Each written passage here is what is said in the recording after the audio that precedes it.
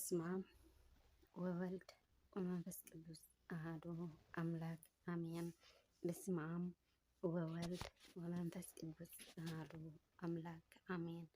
በስመ አብ ወወልድ ወመንፈስ ቅዱስ አሐዱ አምላክ አሜን።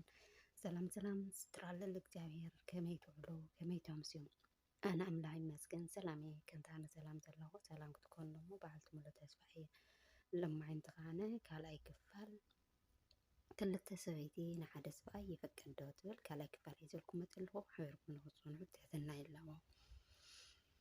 እታ ሰበይቲ ድማ መንገዲ ኸደት በላዒት እውን ድሕረዚ ከዓ ገፅ ጎያት መሲላ ኣይተረኣየትን።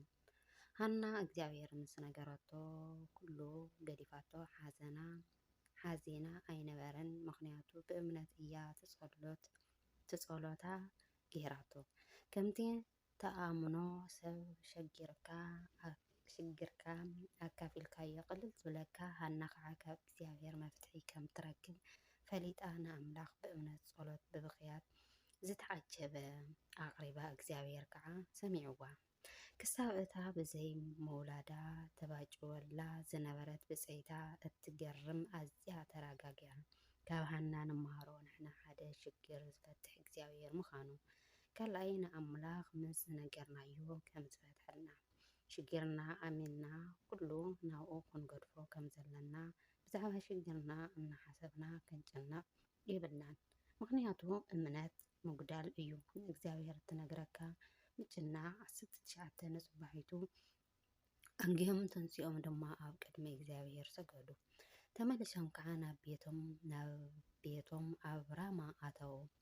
ኤልቃና ድማ ንሰበይቱ ሃና ፈለጣ እግዚአብሔር ዘከራ። ኮነ ከዓ መዓልትታት ምስ ሓለፈ ሃና ጠነሰት ወዲ ድማ ወለደት። ንሳ ከዓ ካብ እግዚአብሔር ለሚነዮ እየሞ ኢላ ስሙ ሳሙኤል ኣውፃትሉ።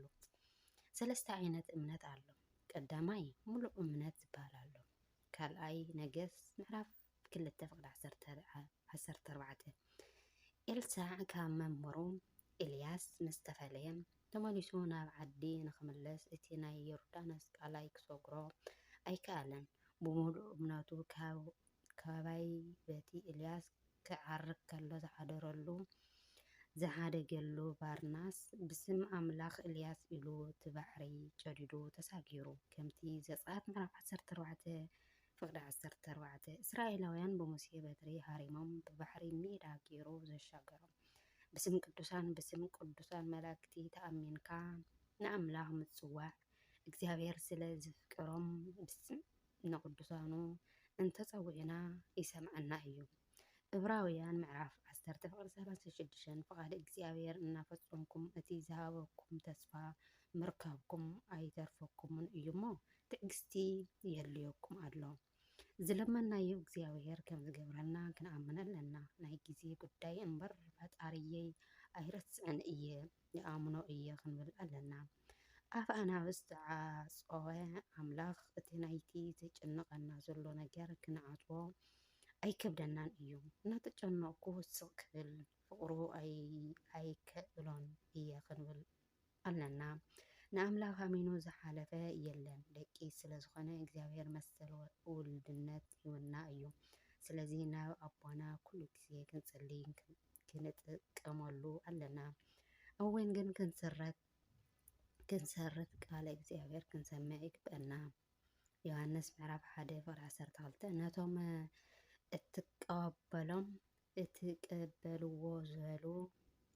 ነቶም እትቅበልዎ ዝበሉ ኩሎም ብስሙ ንዝኣመኑ ግና ውሉድ ኣምላኽ ክኾኑ መሰል ሃቦም። ንዓና ዝጠቕመናን ዝጎድአናን ዝፈልጠናን እግዚአብሔር እዩ። ስለዚ መዓዝ እንታይ ከም ዘድልየና ንዓና ንሱ እዩ ዝፈልጥ። ዝለመናዮ ኩሉ ክህበና ማለት ኣይኮነን። ዝጎድአና እውን ሃበና ክንብሎ ስለንኽእል ንምንታይ ከም ዝኸልክለና ስለዘይንፈልጥ ክነመርር የብልናን። ጎይታ ከም ፍቃድካ ይኹን ኣልና ንዓይ ካባይ ንላዕሊ ንስኻ ተሓስበለይ እሞ ኩሉ እቲ ዝመደብካዮ ይኹን ኢልና ክንልሙኖ ይግባእ። ካልኣይ ፍርቂ እምነት ዝበሃል ኣሎ። ዝጠራጥር ሰብ ንኣምላኽ ዘይፈልጦ እዩ። ቀዳማይ ዮሃንስ ምዕራፍ 11:21 ማርታ ንኢየሱስ ክርስቶስ ሓውኪ ክትንስእ እዩ ክብላ ከሎ እዎ ጎይታይ ኣብ ዳግማይ ምጽኣትካ ከም ዝትስእማ ይኣምን እየ ኢላ ተመሊሳ ኣብዚ ትትህሊ ነርካስ ሓወይ ኣልዓዛር ኣይመሞተን ነይሩ ኢላቶ ጎደሎ እምነት ስለ ዝነበራ ሕዚ እውን ክተትስኦ ትኽእል ኢኻ ኣይበለቶን። ንሕና እውን ድንገት ፈተና ክበዝሐና ከሎ ብዝኣመናዮ ከክንድሕን ተለና ወይ ስራሕ ክበላሸወና ከሎ ዝነበረና መንፈሳዊ ህይወት ንዝሕል ትምህርቲ ንሰንፍ ጸሎት ጾም ንቕንስ ኣዘራርባና ይቕየር ንጨንቅና ኣዝዩ ፍርቂ እምነት ጎደሎ ምዃኑ ጽንዓት ዘይምህላውን እዩ ዘርኢ ካባይ ጀሚሩ ንእግዚኣብሔር ኣብ ፈተና ሰዓት ይኹን ኣብ ሰላም ግዜ ሓደ ዓይነት ጸባይ ኣይነረአየን። እግዚአብሔር ናብቲ ፈተና ከም ዘሕልፈና ኣሚንና ብፈተና ከም ወርቂ ተፈቲና ክንሓልፍ ክነመስክር ኣለና። ንሰብ ካብ ዝበፅሖ ዝተፈላለየ ስለ ዘይበፅሐና ኣብ ናይ ዓለማዊ ትምህርቲ ጎበዝን ሰነፍን መፍለይ ፈተና እዩ ዝዳለወልና። ኣብርሃም ናይ እምነት ኣቦ ክበሃል ዝከኣለሉ ንወዲ ክስውኦ እግዚአብሔር ክእዝዞ ከሎ እሺ ኢሉ ብምእዛዙ እዩ። ኣብርሃም ፈተና ዘይነበሮ ኮይኑ ኣይኮነን። እቲ ወዲ ዝቐተለ ኣዝዩ እዩ ክበሃል ዶ ይኾን? ንሳራስ እንታይ ክብላ እየ ኢሉ እውን ዘይተጨነቐ ኣይኮነን። ግን እቲ ትፈትዎ ወድኻ ሰውአለይ ክበሃል እንተሎ እግዚኣብሔር እንተሰዊአዮ እውን ከተንስኦ እዩ ዝብል እምነት ኣብ ልቡ ስለ ዘሕደረ እዩ። ልዕሊ ወዲ እግዚኣብሔር እዩ ኣቐዲሙ ማንም ካባይ ኣብሊፁ ንወዲ ወይ ንጓሉ ዘቐደመ ንዓይ ኣይበቅዕን እዩ ስለ ዝበለ እግዚኣብሔር ኣቦና ኢዮብ ኣብ ህይወቱ ፈተና ምስ መጾ ንእግዚኣብሔር ስለ ዝፈልጦ እግዚአብሔር ሂቡ እግዚአብሔር ወሲዱ ዝሃበ ተወሲዱ ኣይወቅስን ኣይኽሰስን ኢሉ ዘመስገነ። ንሕና ከም ናታቶም ዘሎ ፈተና ተዘገጥመንናስ እንታይ ምኾና ዘይትረብሕ ፈተና ገጢማትና ከምዚ እናበልና ግን ኣይምፅላእና ንዓና ዓቕምና ስለ ዝፈልጦ እግዚአብሔር ዓቕምና እምበር ዝዓቕምና ኣይፍትነናን እዩ። ምስጋና ንኣኻ ይኹን ጎይታ ዝመፅእ እንተመፀ ካባኻ ካብ ፍቕርካ ዝፈልየኒ የለን እንተኢልና ንእግዚአብሔር ርህሩህ ስለ ዝኾንካ እቲ ሽግርና ካባና ከርሕቐልና እዩ። ሳልሳይ ዝሞተ እምነት ቀዳማይ ነገሥት ምዕራፍ 5:12 እቲ ነኣምን ሰሪያዊ ዝበሃል ኤልያስ ናብቲ ዮርዳኖስ ማይ 7 ግዜ ኣትዩ ወፂኡ ኢልካ ተጠመቕ እሞ ካብ ለመፀኻ ክትሓዊ ኢኻ ምስ በሎ ተናዲዱ ንዘይ ድየ መፅየ ካብዚ ዝዓቢ ባሕሪ ኣብ ዓደይ ኣሎ ዶ ብማይ ሽግር የብለይን ኢልዎ። እንታይ እምነት ስለ ዘይብሉ ብማይ እግዚአብሔር ይፍወስ እዩ ኢሉ ስለዘይኣመነ እቶም ወታደራቱ ካብዚ ዝስዕብ ትእዛዛት ነገበርካ ዶ እሺ ኢልካ እቶም ምስ በልዎ እሺ ኢሉ ምስ ተሓፀበ ካብ ለማፁ ሓወየ።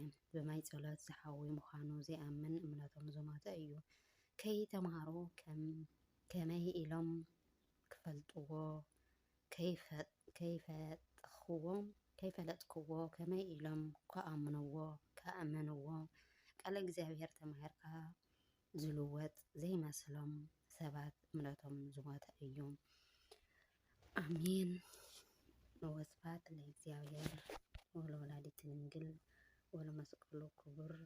ንዘንጠብጠብክዎም ብኣፈ ትጉሃን መላእክቲ ይተኣረመለይ። ኣብ ቀጻሊ ብሳልሳይ ክፋል ክመፀኩም በዓልቲ ሙሉእ ተስፋ እየ። ቤተሰበይ ንኾኑ ዝኾንኩም ኮመንት፣ ላይክ፣ ሸር ብምግባር ተሓባበሩኒ። ቤተሰበይ ዘይኮንኩም ደሞ ናይ ደወል ምልክት ብምውቃዕ ቤተሰብ ኩኑ እውን ኣልክየ